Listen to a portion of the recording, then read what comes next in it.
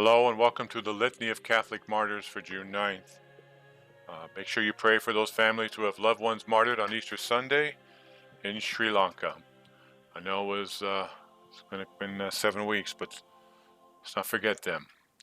I offer this ministry in hopes that we don't ever forget the martyrs. It seems that I don't hear about them much in homilies. I don't hear about them much through the church. The bishops don't say anything about martyrs. They have enough trouble when something does happen to say anything at all. So I offer this for two reasons, I suppose, so we don't forget the martyrs ever. In the line of things that help the church, there's the Lord, the triune Godhead, Father, Son, Holy Spirit. There is our Blessed Mother. There are all the rest of the other saints. And then there's the martyrs. Many priests, clerics, great men have said that the martyrs are the growth of the church. The blood of the martyrs is how the church grows. So I don't want anybody to forget them, so I offer this. I found this little thing that has a daily listing of martyrs, so I just read from that. If I run across something interesting, I'll say something. But other than that, also to the martyrs and the time things were going on, especially for these martyrs during the time of Diocletian and Maximus and Nero and all of them.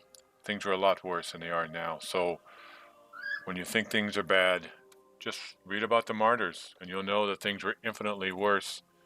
Now, we are not suffering the same things they are suffering, that the Eastern Rite is suffering.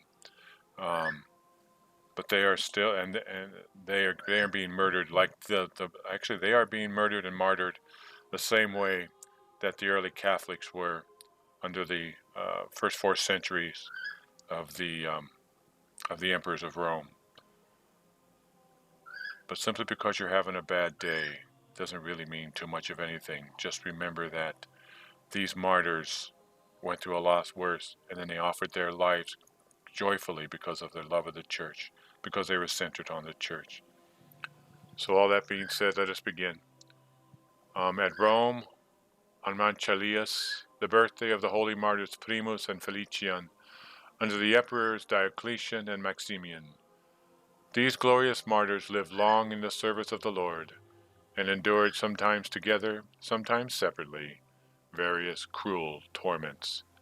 They were finally beheaded by Promotus, governor of Nomentum, and thus happily ended their combat.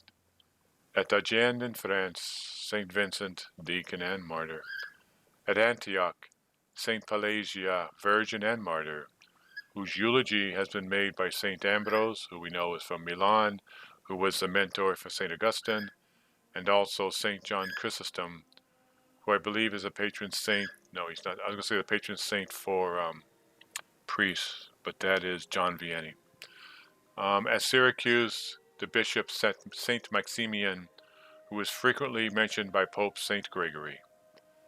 At Andria, in Terra di Bari, St. Richard, first bishop of that city, who is renowned for many miracles. In Scotland, St. Columba, priest and confessor. And finally at Edessa, in Syria, St. Julian, a monk, whose memorable deeds have been related by the deacon St. Ephrem. Please remember these martyrs in your day today, and they know that they are praying for each and every one of us. God bless all of you. Thank you for being here and listening. Have a wonderful day.